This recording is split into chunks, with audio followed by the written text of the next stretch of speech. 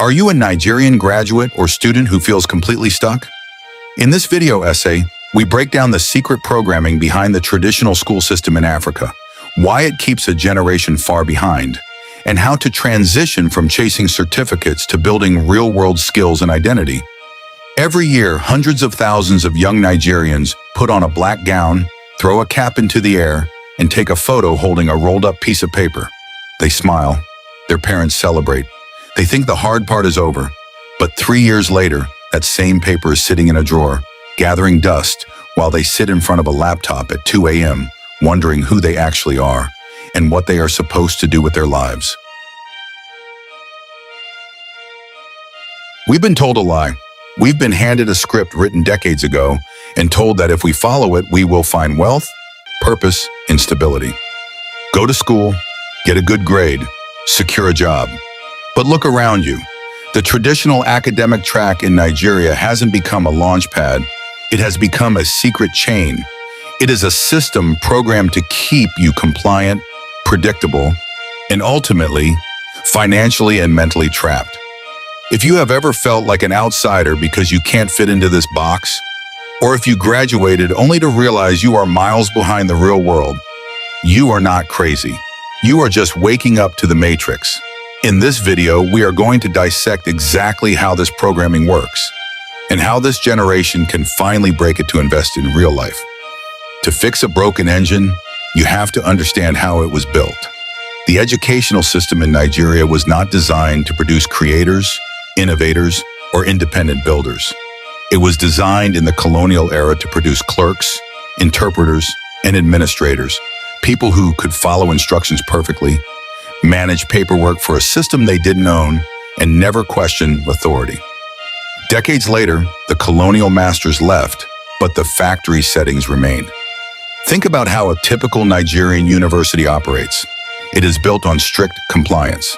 You are punished for thinking outside the lecturer's handout. You are forced to memorize outdated notes written in 1995 just to pass an exam, defend it, and forget it the next day. This isn't education. This is an assembly line. And the product of this assembly line is the permission culture. School teaches you to wait for a grade, wait for an assignment, and wait for a boss to give you permission to exist. But the modern digital economy doesn't give a damn about permission. It only rewards execution. This creates a massive, dangerous paradox in our society. Why is it that a significant number of elite African creatives, founders, and builders are school dropouts, or people who completely abandon their degrees? It's not because dropping out magically makes you smart. It's because the classroom moves too slowly for the modern frontier. While a student is trapped in a 5-year course, extended by 2 years of ASUU strikes, learning theoretical concepts that no longer apply to modern markets, the outsider is in the trenches. The outsider is learning to code, learning copywriting, mastering video editing, or building a brand. They are collecting data from the real market, failing fast, and iterating. By the time the student graduates, they have a certificate, but zero self-awareness. They spent years trying to fit into a system, and they don't even know what they actually want to do.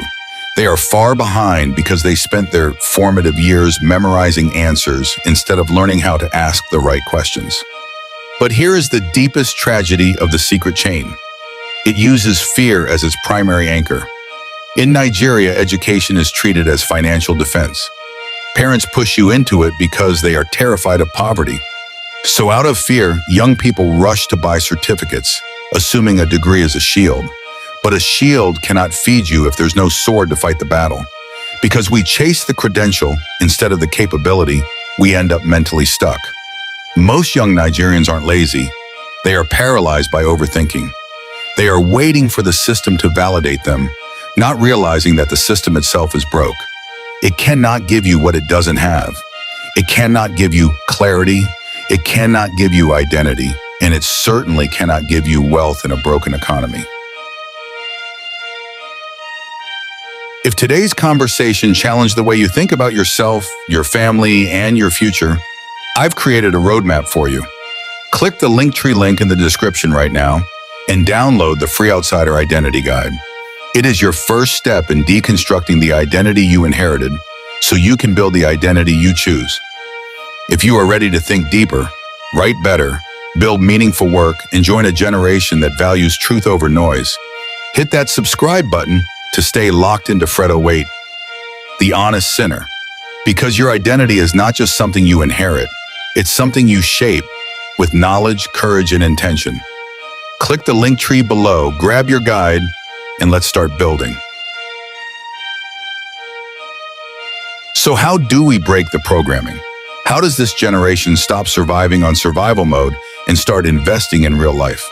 It requires 3 deliberate shifts. First, choose skills before brand or niche.